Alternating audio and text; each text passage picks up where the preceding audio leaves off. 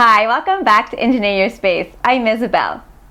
I find that no matter how much or how little closet space you have, it's always a challenge to organize it to make the most of it. I'm really lucky in my LA apartment to have 3 closets, so I decided to take one of the smaller closets and transform it into a mini workshop with a few easy, inexpensive DIY projects. And today I'm going to show you how I put it all together.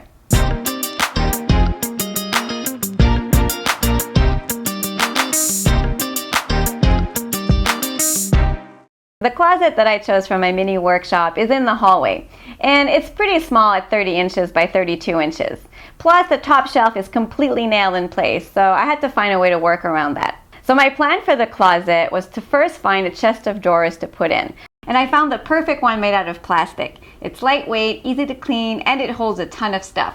I also added a piece of 3/4 inch MDF on top for a wider and flatter work surface, and I had that cut at the hardware store. For extra shelving, I used recycled cardboard boxes that I covered with contact paper, and I attached them together using repositionable double-sided sheets to make it easy to take apart when I move out. I also added a 1/4 inch plywood in between the boxes and on top so that they could hold more weight.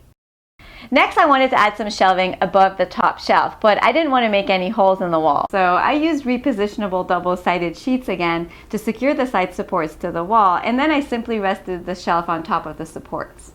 I also extended the existing top shelf with a piece of 3/4 inch MDF that I painted. For wall storage, I installed pegboard panels, and I used drapery hooks as an inexpensive way of hanging lighter items.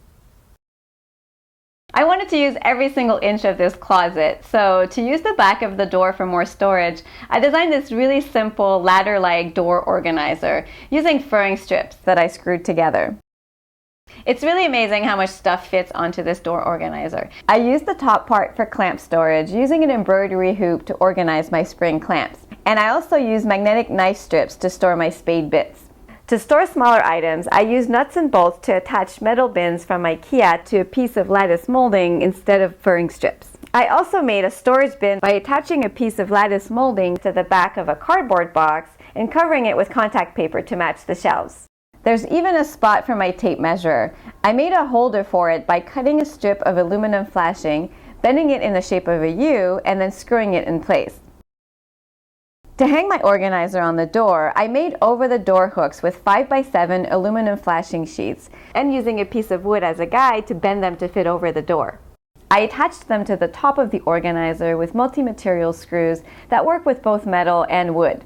And these screws that I use from Spax don't require pre-drilling. However, it does make things a little bit easier if you just do a little divot with a nail and a hammer first. I placed the hooks over the top of the door, securing them in place with screws, and the door has no problem closing all the way in.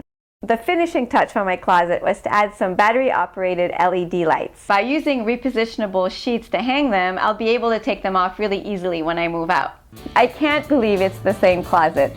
Now everything has its place, everything is organized, and I can easily get to everything that I need. Well, that's it for today's episode. Don't forget to subscribe to my channel so that you don't miss any of my upcoming videos. And if you want to see another closet makeover that I did, or how I organized my New York City studio, you can click on the annotations above.